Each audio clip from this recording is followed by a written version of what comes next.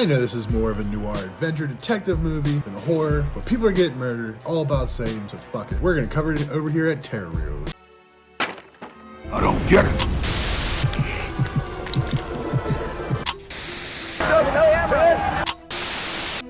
Hi, I'm Tom Savini, and you're about to watch Terror Reels. The best thing out of Pittsburgh since Clemente with the Pirates.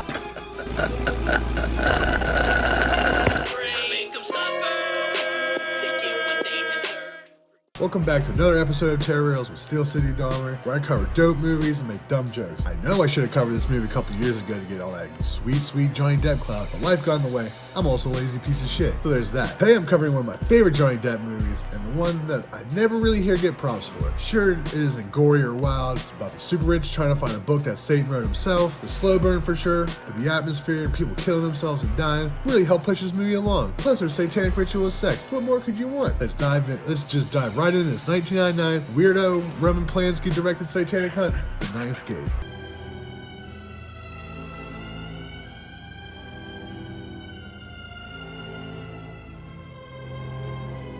We have a longer than needed opening scene, which is nothing but a dude hanging himself and showing this empty space where a book should be. A book stolen by Vulcan. A book that is said to be written by the devil himself, so that one can summon Dark Lord and get his powers. There is an opening suicide in this movie. I feel like you don't get that much in horror. Then we give an even longer title card.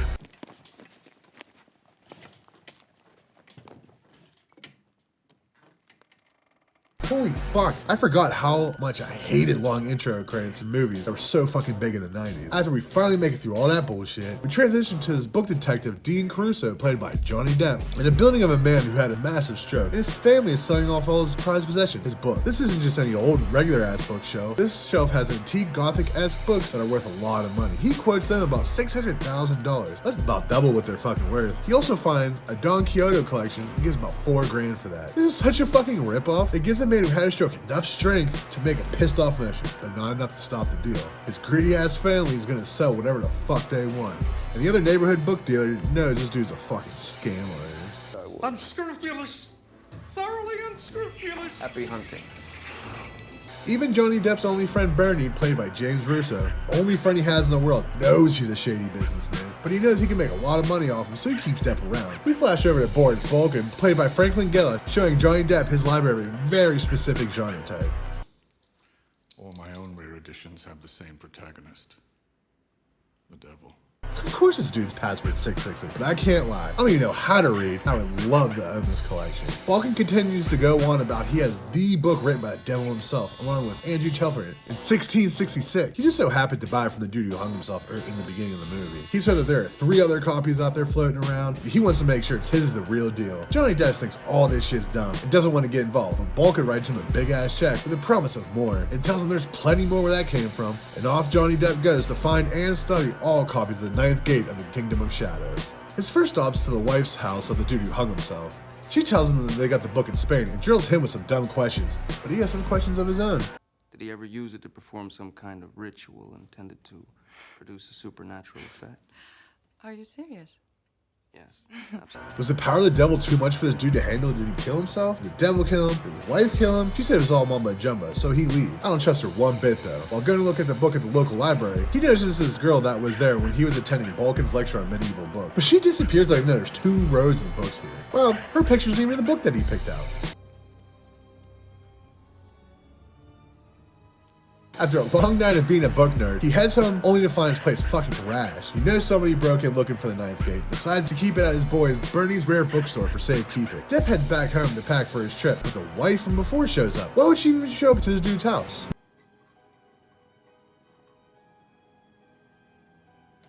Even though that was the most awkward kissing I've ever seen in my life, this makes sense.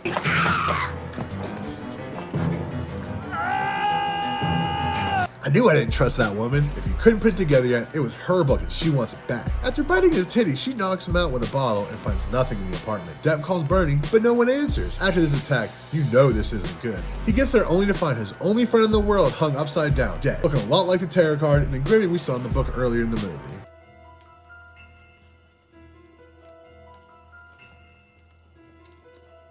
Luckily, whoever killed good old Bernie didn't know where the book was hidden and didn't get their grubby little hands on it. Next, we find Depp in Spain, where he talks to these two brothers who are in a bookshop. The same bookshop where that crazy lady bought the book originally. And after some chit-chat and a bunch of cigarettes, and they let him know that that copy isn't a phony, and he's on his way. He turns down an alley and just barely makes it out alive from the scaffold and collapses in the alleyway, which is terrible fucking CGI. This whole movie is riveted with terrible CGI, where it really takes you out of the element of the movie. And it's fucking bad, especially for the time this came out. He knows somebody or something is out to get him at this point, but who?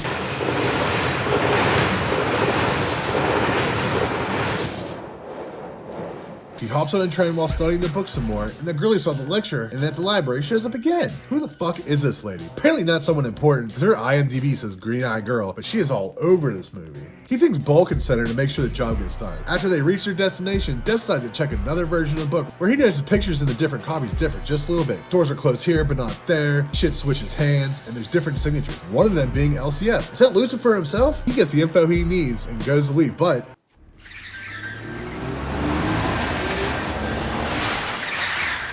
what? She's fucking guardian angel? As you could guess, almost getting hit by a 7-seater startles him enough to go back to the hotel and grab a drink, and of course the green-eyed girl is there. But this time, he decides to drill her with some questions to figure out who the fuck she is, but of course he gets interrupted. I must have that copy, Mr. Corso. Get it for me.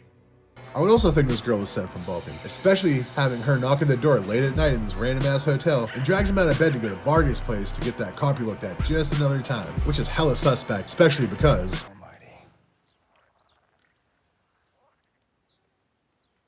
I would have noped the fuck out of there until Vulcan sucked my dick. But Depp continues on the mission and goes into Vargas' house to grab the book, but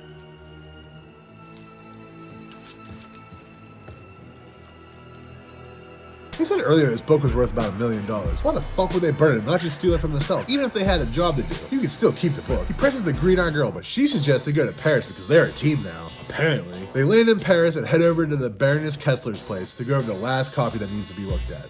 This probably won't go over so well, but they both have a deep respect for old literature, and that'll smooth everything over until, it doesn't. He did let them know that the book was so popular back in the day that it kicked off a cult like of rich people who got bored with everything but Satan. All these people are dying around this book, so this is starting to make sense. She also tells him that the crazy Tolford wife from earlier was part of this group. Color me fucking shocked. He gets kicked out of her place and goes to a bar, and when he leaves, the dude in the 7 series shows up and is going back to his old tricks.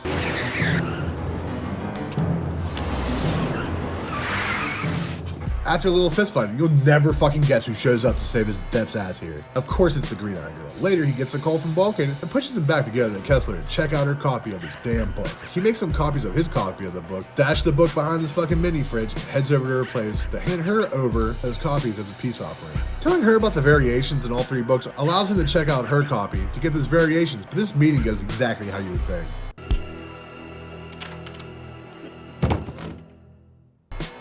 Ha! You thought I was gonna show her getting murdered or whatever, didn't you?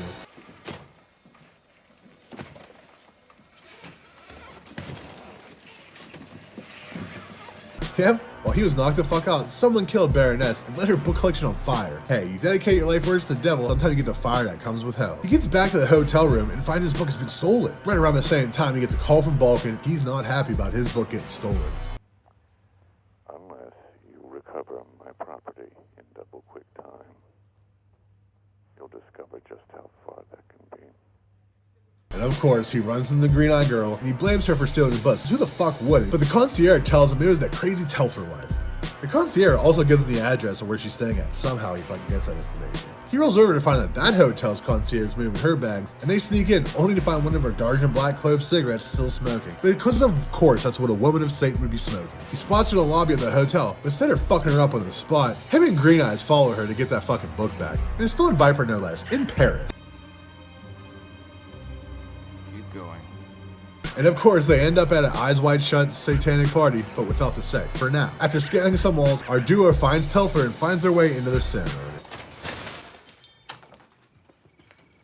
Sorry to intrude on you like this. He grabs the book and tells her to fuck off until she pulls out a gun and gets the book back for herself. At gunpoint, the dude's been trying to kill Depp this whole movie, forces the duo down into the dungeon until...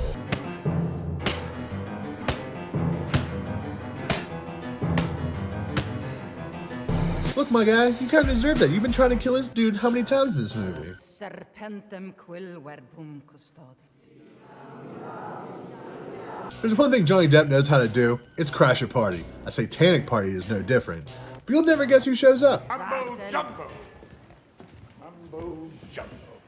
Vulcan calls them buffoons and tells them that even the devil is laughing at their lame shit. And of course he's figured out Satan's true power. Vulcan and Telfer start scrapping around, and Johnny Depp even steps in to fight and goes to stop Vulcan, but Green Eye stops him so Vulcan can come out the winner of this fight.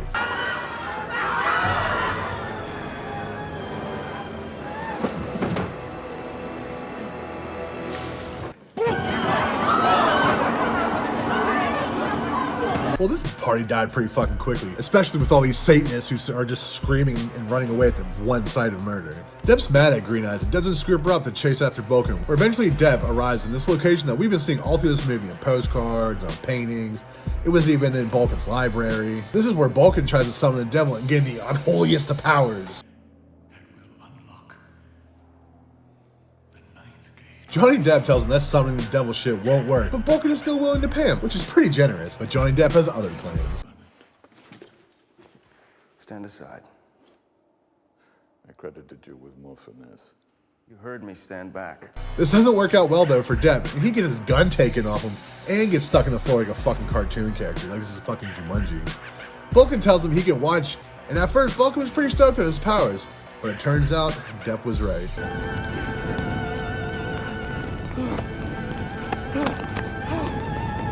Fucking dummy. Look like the devil didn't want you. Depp finally thinks then like Winnie the Pooh and slips through the floor before doing Bulking a favor.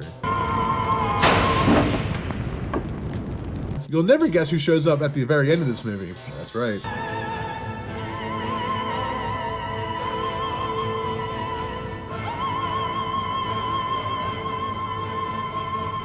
I told you to be a ritualistic sex in this movie. I wasn't lying. The next day, Green Eyes tells Depp that one of the pages that Vulcan was using for forgery, tells him to go back to Spain to that brother's bookstore where he will find the last page. The brothers are gone and the new owners are coming in and they're taking down the bookshelf. This picture I showed you earlier just slips off the top of it and right in his hand. Depp ends up going back to the fucking place that was on all the postcards and posters, never to be seen again. I'm assuming he got ritualistic fucked again and he got Vulcan's power. Fuck Vulcan. He didn't get it. He wasn't worthy of that shit. All about Johnny Depp getting it. That's what I'm assuming. We don't know. This shit fades to white. I still don't know who this fucking the Green Eye was. I'm assuming she was a real Satanist and like really knew. Maybe she was the devil herself, but I'm assuming everything went to plan the way it was supposed to. So Vulcan didn't get the fucking powers because he would use it for dumb shit. If you had satanic powers, what would you fucking use them on? Let me know in the comments what you would use satanic powers for. That shit would be fire. That's another episode of Terror Reels, and I know this episode is a little slow, but we're about to fucking get it kicked back into gear with some brutality and gore, just like you want and deserve. See you next time.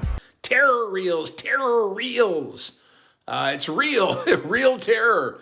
Real, R-E-E-L, R-E-A-L. Terror Reels.